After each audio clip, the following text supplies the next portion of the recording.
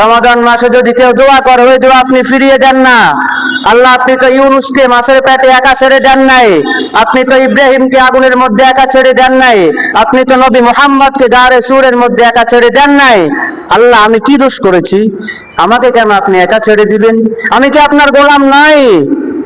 আমি কি আপনার কাছে চাইতে জানি না? আল্লাহ, আপনি আমাকে কেন একা ছেড়ে দিবেন? আল্লাহর কাছে আমরা বলবো, আমাদের দোয়াকে কবুল করে নেবেন কে? তৃতীয় নাম্বার আমাদের করণীয় হচ্ছে কিয়ামুল লাইল করা। কিয়ামুল লাইল, বিশ্বনবী হাদিসের মধ্যে বলেন, মান কামা রমাদানা ঈমানান ওয়া ইহতিসাবান গুফিরা লাহু মা তাকদ্দামা মিন যামবিহি। আমার কোন উম্মত যদি ঈমানের সহিত সওয়াবের আশায় কিয়ামুল লাইল করে রমাদান মাসে, রব্বুল আলামিন তার পিছনের গুনাহসমূহ ক্ষমা করে দেয়। সুবহানাল্লাহ। তাহলে আমরা কিয়ামুল লাইল যখন করব, আমাদের পিছনের গুনাহসমূহ ক্ষমা করে দিবেন একজন, তিনি কে? রমাদান মাসে কিয়ামুল লাইল করাটা, তাহাজ্জুদ পড়াটা আমাদের জন্য অনেক সহজ। আমরা সাহারি খেতে উঠি না, ওই সাহারি খেতে যখন উঠবো আমরা প্রথমে না পারি 2 রাকাত 4 রাকাত, যে যা পারি, একদম নাই পারি অন্তত 2 রাকাত তাহাজ্জুদের নামাজ পড়ে চাইবো একজনের কাছে, তিনি কে? দুনিয়াতে আমরা অনেক বিপদের মধ্যে আছি না? এমন কোন মানুষ নাই বলতে পারবে না হুজুর আমার বিপদ নাই। অনেকে আছে অসুস্থতার মধ্যে লেগেই থাকি, অনেকে আছে ব্যবসা বাণিজ্যের মধ্যে বরকত হচ্ছে না, ব্যবসা বাণিজ্যের মধ্যে শুধু লসই যাচ্ছে, কোনো বারাকা রব্বুল আলামিন দিচ্ছে না। আমরা অনেকের সাথে শেয়ার করি, ভাই আমার এই বছর ব্যবসাটা অনেক লস যাচ্ছে। আচ্ছা, আপনি যদি আমার কাছে এটা শেয়ার করেন, আমি কি আপনাকে 2-3 লক্ষ টাকা দিয়ে সাহায্য করব? করব না। আপনাকে জাস্ট একটু সান্ত্বনা দিব। আমি কি দিব? সান্ত্বনা দিব। কিন্তু সাহায্য যিনি করবেন, আওয়াজ দিয়ে বলেন তিনি কে? ওই আল্লাহর কাছে চাওয়া দরকার আছে না নাই? অনেকে আছেন আবার পরিবারের মধ্যে অশান্তি, হুজুর আমার জামাই ঠিকঠাক মতো টাকা দিচ্ছে না আমাকে, পরিবারের মধ্যে অশান্তি লেগেই আছে। তাহাজ্জুদের নামাজ পড়ে আপনি আল্লাহর কাছে চান, আল্লাহ আমার পরিবারের মধ্যে অশান্তি চলে, আল্লাহ আপনি তো হাবিবের মাধ্যমে বলেছেন, বিশ্ব নবী এজন্য হাদিসের মধ্যে বলেছেন, আমার কোন উম্মত যদি রমাদান মাসে কিয়ামুল লাইল করে রব্বুল আলামিনের কাছে চাই, রব্বুল আলামিন তার পিছনের গুনাহসমূহ ক্ষমা করে দিবেন। আবার রব্বুল আলামিন কোরআনে কারীমের মধ্যে বলেন, কানু কলিলাম মিনাল লাইলি মা ইয়াহজাউন। রব্বুল আলামিন যারা জান্নাতি তাদের কয়েকটি গুণগান বর্ণনা করেন, তার মধ্যে একটি গুণগান বর্ণনা করেন, তারা রাত্রিবেলা বেশি ঘুমায় না, তারা রাত্রিবেলা বেশি অনেকক্ষণ ঘুমিয়ে থাকে না, তারা চাই একজনের কাছে, আওয়াজ দিয়া বলেন তিনি কে? ওয়া বিল আসহারি হুম ইস্তাগফিরুন। যখন সাহরির সময় হয়ে যায়, তারা তখন সাহরি খেয়ে রব্বুল আলামিনের কাছে চায়। সুবহানাল্লাহ। এটা কার গুণগান? যারা জান্নাতি। যারা কি জান্নাতি তাদের গুণগান। রব্বুল আলামিন বলেন তারা বেশি সময় ঘুমায় না, তারা রাতকে রাত ঘুমিয়ে থাকে না, যখন সাহরির সময় হয় তখন উঠে যায়, উঠে আল্লাহর কাছে ইস্তেগফার করে, আল্লাহর কাছে চাই। রব্বুল আলামিনকে বলবেন, আল্লাহ দুনিয়াতে যেহেতু আপনি পাঠিয়েছেন, মৃত্যু একদিন আপনি দিয়ে দিবেন, রব্বুল আলামিন মৃত্যুটা যেন তাহাজ্জুদের নামাজ অবস্থায় হয়, আপনি সেই তৌফিক দান করে দেন। আয় আল্লাহ, দুনিয়াতে আমরা এসেছি, দুনিয়ার জমিনে কেউ আমরা থাকতে পারবো না, কেউ চিরস্থায়ী নয়। রব্বুল আলামিন যখন আপনি আপনার ডাকে সাড়া দিয়ে আমাদেরকে নিয়ে যাবেন, আপনার পবিত্র কদম মোবারকে যেন আমার মাথাটা থাকে। বলেন সুবহানাল্লাহ।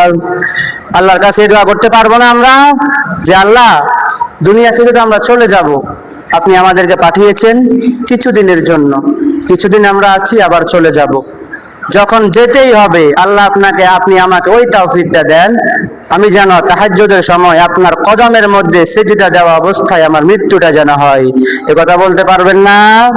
তাহাজ্জুদের যাই না মাঝে মরণ দিও প্রভু আমায়। একামত দিনের কাজে কবুল করে নিও আমায়, করুন আমিন। তাহলে এই দোয়া করতে পারবো নি আমরা?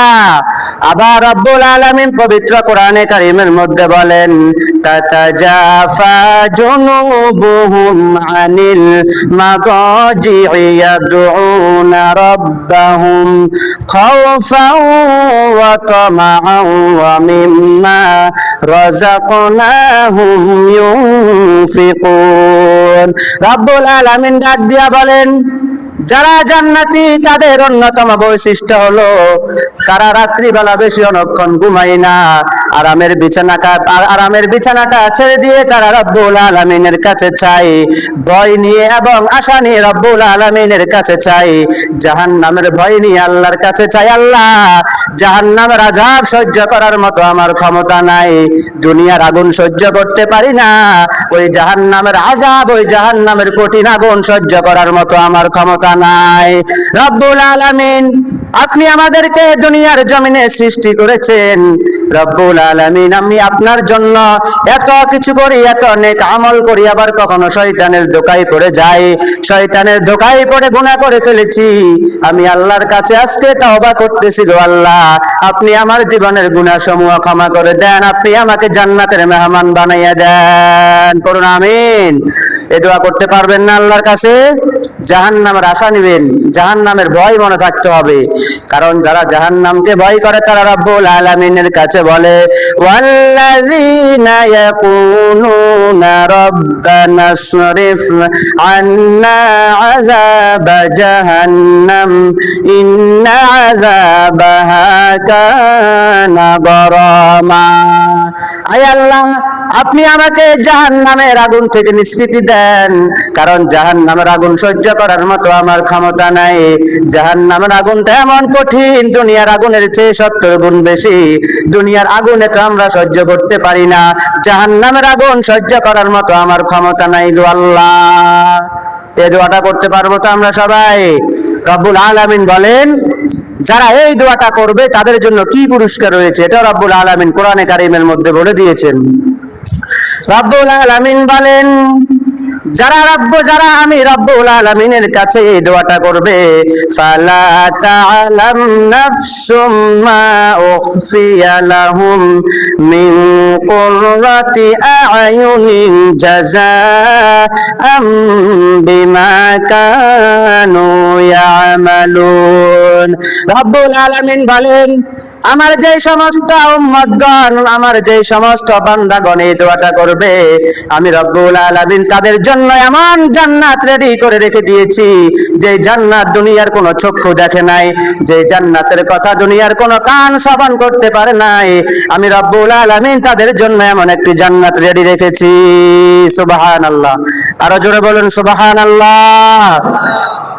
আমরা এখন সুসংবাদের কথা শুনলে সুবহানাল্লাহ বলতো আমাদের ইচ্ছে করে না, আমাদের অন্তরটা এমন হয়ে গেছে কেন? আল্লাহর কাছে বলবেন, আল্লাহ আগে তো আমি এমন ছিলাম না, আগে তো আমি এইরকম ছিলাম না, এখন কেন আমি এরকম হয়েছি? আল্লাহ আপনি আমার অন্তরটাকে একটু নরম করে দেন, এই কথা বলতে পারবেন না?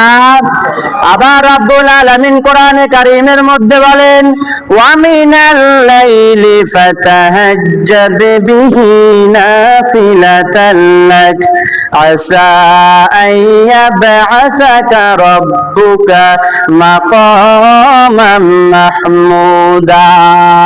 রব্বুল আলামিন নবীকে বলে, ও নবী, আপনি রাত্রি বেলায় আপনার প্রভুর ইবাদত করেন, এই ইবাদতটা করতে আপনি বাধ্য নয়, এই ইবাদতটা হয়ে যাবে আপনার জন্য নফল হিসাবে। আসা আইয়াবআসাকা রাব্বুকা মাকামান মাহমুদা। আশা করা যায় আপনার রব, আপনার প্রভু আপনাকে এমন একটি জায়গায় দাঁড় করাবেন, অতি শীঘ্রই রব্বুল আলামিন আপনাকে সম্মানিত এক জায়গায় দাঁড় করাবেন। সুবহানাল্লাহ। তাহলে তাহাজ্জুদের নামাজ যদি আমরা পড়ি, আমাদেরকে সম্মানিত জায়গায় দাঁড় করাবেন একজন, তিনি কে? আওয়াজ দিয়ে বলেন, তিনি কে? আল্লাহ এই কথা কাকে বলেছেন? নবীকে বলেছেন। যে নবী, আপনি যদি আল্লাহর দরবারে দাঁড়ান, দেখেন আমরা 5 ওয়াক্ত নামাজ পড়তে আমরা বাধ্য, এটা আপনি পড়তেই হবে, এটা আল্লাহ ফরজ করে দিয়েছেন। আর তাহাজ্জুদের নামাজ এটা আপনি বাধ্য নাই, এটা যদি আপনি আদায় করেন, রব্বুল আলামিন ফেরেশতাদেরকে ডাক দিয়া বলবো, ফেরেশতারা দেখ না আমার বান্দাকে আমি 5 ওয়াক্ত নামাজ দিয়েছি, বান্দা ওই ডিউটিটা পালন করেছে, কিন্তু রাত্রিবেলা আমি বান্দাকে বলি নাই যে এই নামাজ তুমি পড়তে হবে, এই তাহাজ্জুদের নামাজ তুমি আদায় করতে হবে, এটা আমি বান্দাকে বলি নাই। ফেরেশতারা দেখ না আমার বান্দা কিভাবে আমার কাছে চাই, আমার বান্দা যদি চাইতো তাহলে ঘুমিয়ে থাকতে পারতো, আমার বান্দাকে কেউ বলে নাই তুমি উঠো তাহাজ্জুদের নামাজ আদায় করো, পৃথিবীর কেউ দেখে না, সবাই ঘুমিয়ে আছে। ফেরেশতারা দেখ না আমার বান্দাটা কিভাবে আমি আল্লাহর কাছে চাই। ও ফেরেশতারা তোদেরকে সাক্ষী রেখে বলে দিলাম, রব্বুল আলামিন বলেন আমার এই বান্দার জীবনের সব গুনাহ ক্ষমা করে দিয়েছি, বলেন সুবহানাল্লাহ। তাহলে তাহাজ্জুদের সময় আমাদের উঠার দরকার আছে না নাই? এই তাহাজ্জুদের সময় আমরা যখন কোনো মানুষের কাজ করি, কর্মচারী, আমাদের একটা ডিউটি থাকে, এক্সট্রা ডিউটি, ওই ডিউটিটা আপনি করতেই হবে, ওটা আপনি বেতনের আওতাভুক্ত। কিন্তু ডিউটির পরও যদি আপনি ওভারটাইম করেন, আপনার আলিদা বেতন আছে না নাই? আপনাকে মালিক আলিদা একটা বেতন দেয়, আবার মালিক খুশিও হয়, দেখ না সব কর্মচারী চলে গেছে, আমার এই কর্মচারীটা এখনো যায় নাই, আমার কাজের জন্য, আমার ব্যবসার জন্য, আমার দোকানের জন্য তার কত টান, দেখ না সবাই চলে গেছে কিন্তু আমার এই কর্মচারীটা যায় নাই, সে এই কাজটা সম্পূর্ণ করা ছাড়া দোকান থেকে বিদায় হয় নাই। এরপর আপনার প্রমোশন আস্তে আস্তে ওই মালিক বাড়িয়ে দেয় কি দেয় না? তো মালিক যদি দিতে পারে, যিনি পৃথিবীর মালিক, যার অপুরন্ত ভান্ডার, যার ভান্ডারের মধ্যে কোনো অভাব নাই, তিনি কি পারে না? তিনি কি পারে কি পারে না? এই বিশ্বাস আমাদের মধ্যে আসেনি? যদি এই বিশ্বাস থাকে তাহলে আমরা অন্তত না পারি রমাদান মাস আপনি 2 রাকাত নামাজ পড়েন, কত মিনিট আর লাগবে আপনার? 2 রাকাত নামাজ করতে 4 মিনিট লাগবে আপনার, সর্বোচ্চ 4 মিনিট, এর বেশি তো আর লাগবে না। অথচ আমরা এখন দেখি আমাদের যখন সাহারি খাওয়া হয়ে যায় আমরা আড্ডা দিই, গল্প করি, আমাদের আত্মীয় স্বজনের কাছে ফোন দিই, দিনে আমরা এরকম মানে সময়টাকে অপচয় করে ফেলি। ফজরের আজান কখন হবে, কখন নামাজটা পড়ে দিব একটা ঘুম, মাঝখানে একটু সময় আছে, এই সময়টাকে আমরা অপচয় করে ফেলি। এই সময়টাকে আমরা অপচয় করব না। তাহলে আমরা যখন সাহারি খেতে উঠবো তখন অন্তত না পারি আমরা কয় রাকাত নামাজ পড়বো? 2 রাকাত। কয় রাকাত? সবাই পারবেন তো এই আমলটা করতে? আরো জোরে বলুন ইনশাআল্লাহ।